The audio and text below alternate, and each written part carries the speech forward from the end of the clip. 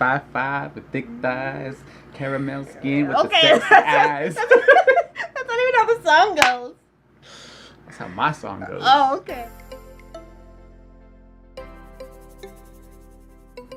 Welcome back, everybody, to the channel, Moving Up with the Miclettes. Moving on up. I'm Joseph. And I'm Sherri. And today we are talking about what we have been doing with our finances since we paid off that big $32,000 plus consumer credit card debt. Yes. And we're going to break down percentage-wise where our net income is going every month. It's amazing to say that we are basically paying ourselves first almost 45% of our net income a month.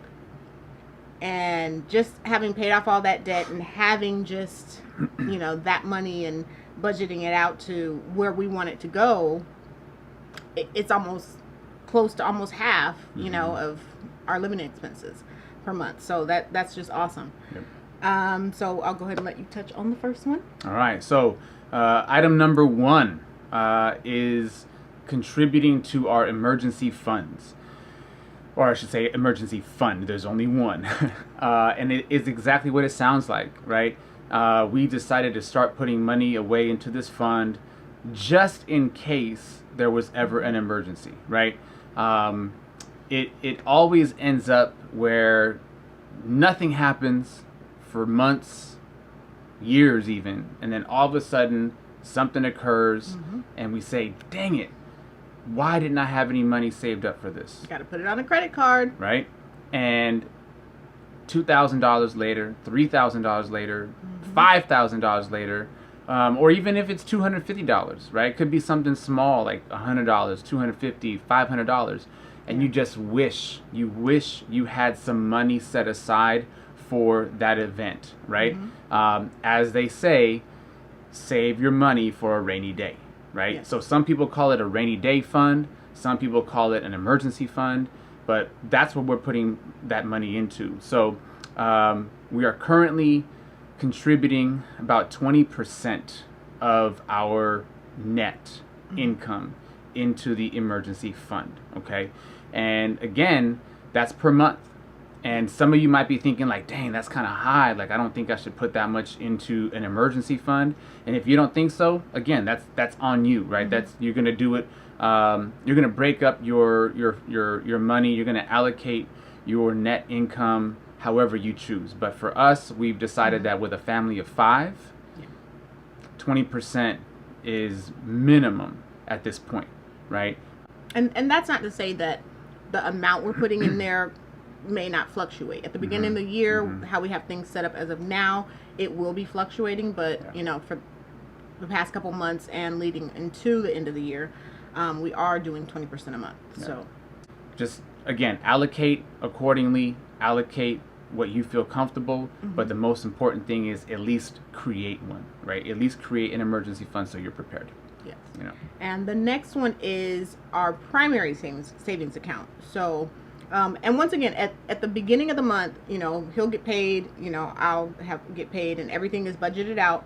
So this is what we're talking about now, is we pay this first. So before we pay our bills, before we, do whatever, 45% of, our monthly expenses, we're paying to ourselves.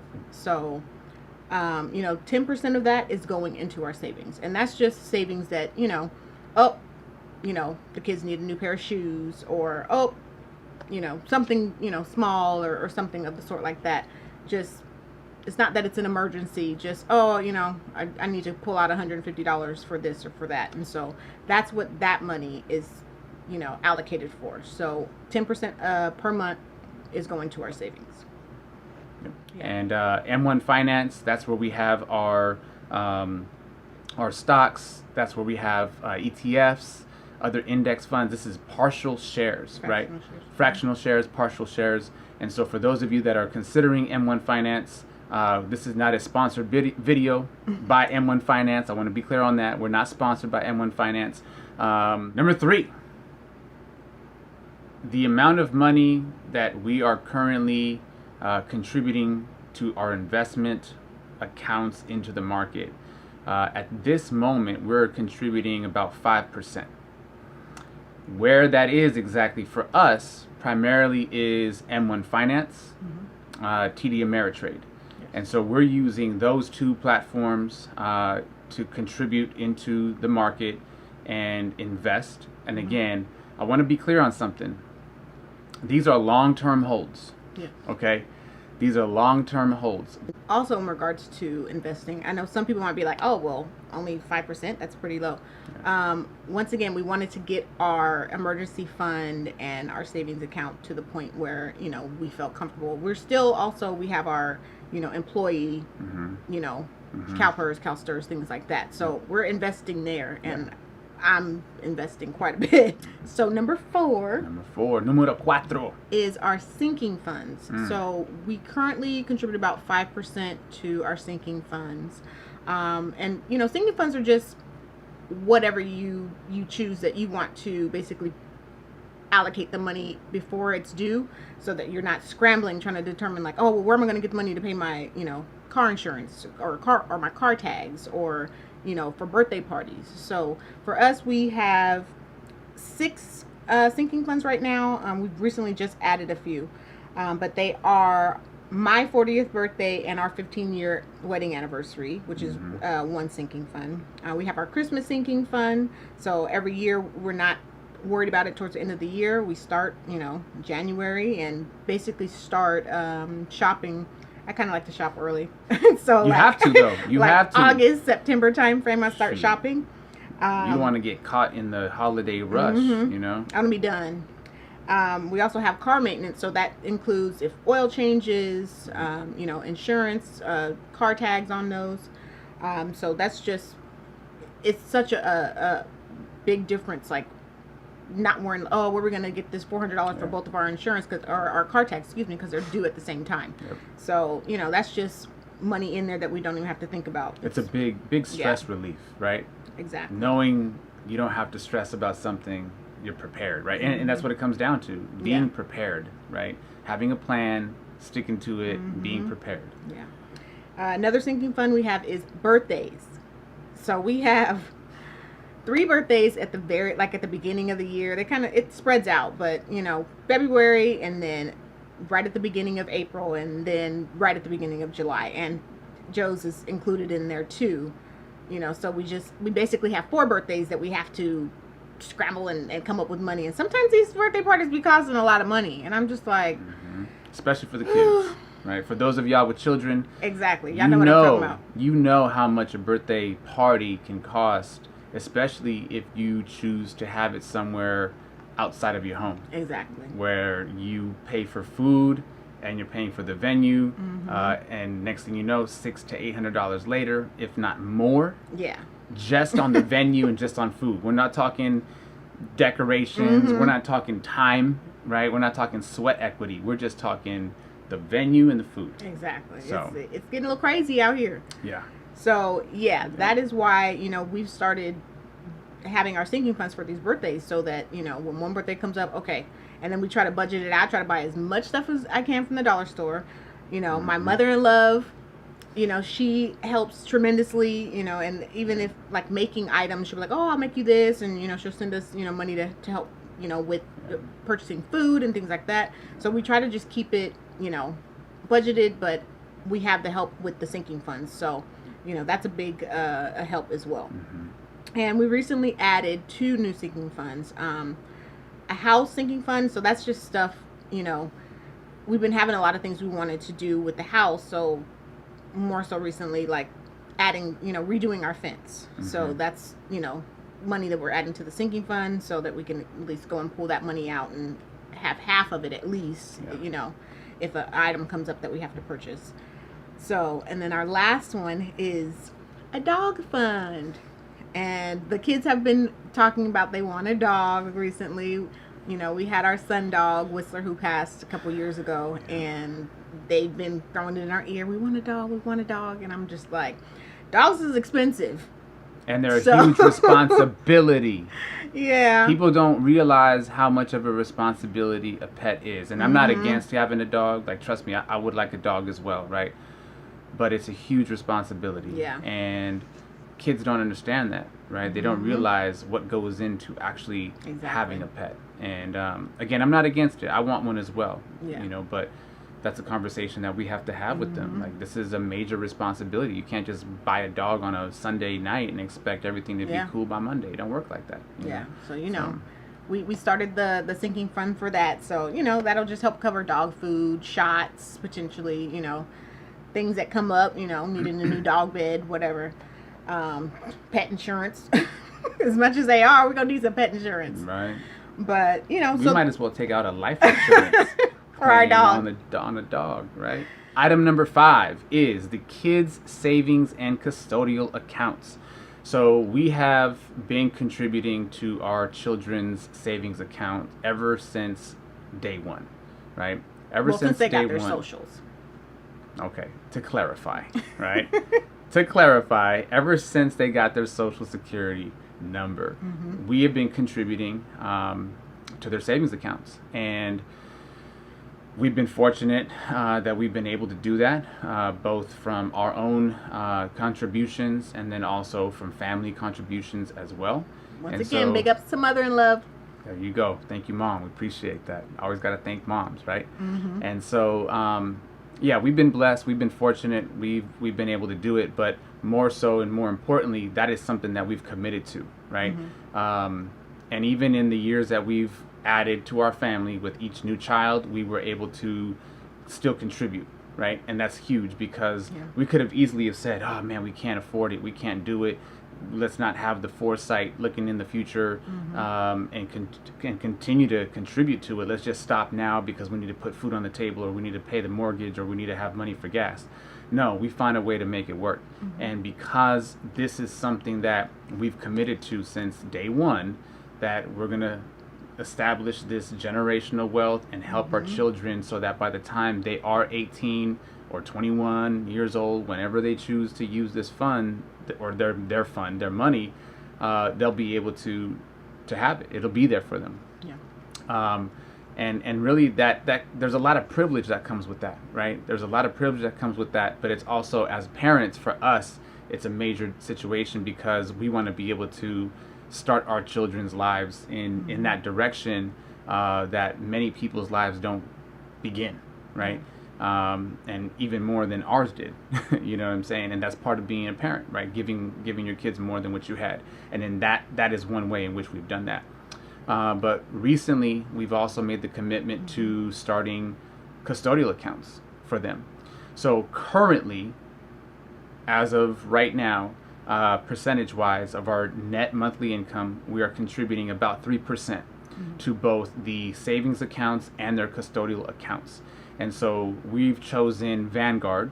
Again, we're not sponsored by Vanguard. This video is not sponsored by Vanguard, but we've just selected Vanguard as the platform in which that vehicle of investments is going to be going to be working for us. Exactly. So we've selected Vanguard as a means for us to invest into the market using their custodial accounts as a way to generate wealth for our kids, right?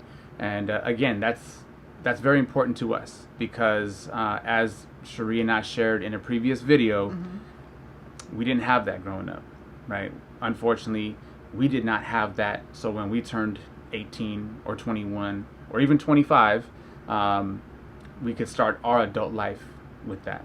So it is important for us to do that for our children, and we definitely recommend doing that for yours as well, and finding a way to do it. If you're able, for sure, right? And I was going to say that, but finding a way to do it. If you can, find a way to do it, and if it's important to you, finding a way to make that commitment and following through with that commitment to do so.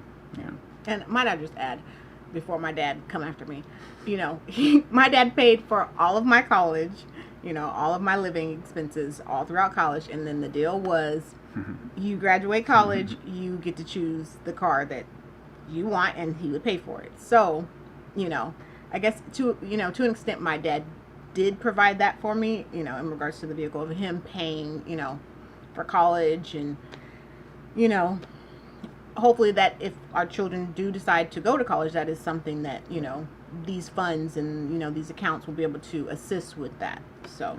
And let me clarify too, since you brought it up, right? We know your mama be watching. My mom helped me out, right? I've shared this story with Sherri and with many of my students and, you know, and our kids.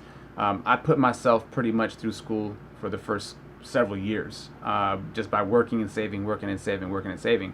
But my mom did help out, right? She was able to contribute here and there, and then she helped me out significantly in a time while I was still going to school, when I had hit a pretty low point financially. Because again, college is not cheap, right? Mm-hmm. Let's be clear on that. All right. And on to our last.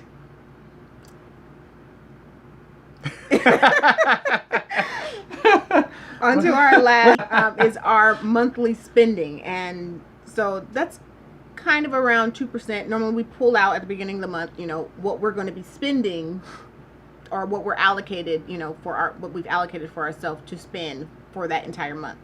You know, I guess I pull out a little bit more than him. He makes me feel bad because he barely even pulls any money out to go anywhere, and I guess that's the case because we can't go nowhere right now. So, don't feel bad. I like to look at Amazon too. So yeah, that's around allocating about 2%. So, you know, that totals up our whole 45% of, you know, what we're spending, you know, on ourselves and paying ourselves back at the beginning of each month. So the rest, you know, of course, it's living expenses and groceries and bills, and of course, like most people, our largest, you know, monthly expense is our mortgage. Yep. So, but those are the, you know, items that we are spending our money on. That's how we're spending our money right now. That's how we're choosing to, you know, choose vehicles and try to grow wealth for our family and look towards the future and, you know, keep moving up. Keep moving up. That's the goal. We're trying to keep moving up. But those are our items, and, you know, let us know how you're breaking down your money now, that if you're debt free, if you're not debt free, maybe how you plan to do it, because, you know, you always got to manifest it. Start writing it down now so that you can have a, you know, plan for the future. But just leave us you know, comment it down below and let us know how you're breaking up and allocating your money. And if you want to watch us do a video in the future on how we have our pie broken up in M1 Finance, and you want to see how we did that, or how we're doing that and adjusting here and adjusting there, or contributing here and contributing there, let us know in the comments as well, because that's something that if we get enough feedback on, maybe in the future we'll do that as well, you know. So any last words? Go ahead and like, subscribe, ring the bell, all and that share. Good stuff, and share. Yeah, share with your folks. So move on up. Move on up. And we'll check y'all out next time. All right. Thanks for watching. Have a good one, y'all. Bye. You're looking beautiful, by the way. Thank you. I like your earrings. You're looking all handsome. See, you got your cut. Got the beard all greased up and the haircut going on. Okay, yeah. I see you. First haircut since February. Got the quarantine cut. How's it feel? Feels liberating. To be honest with you, it does. It feels good. I feel like I just shut off maybe 5 years of my life just from a haircut. You know, so nice and sharp. That's looking that. sharp. Why do you have my hair though? Sorry. All right. And on to our last.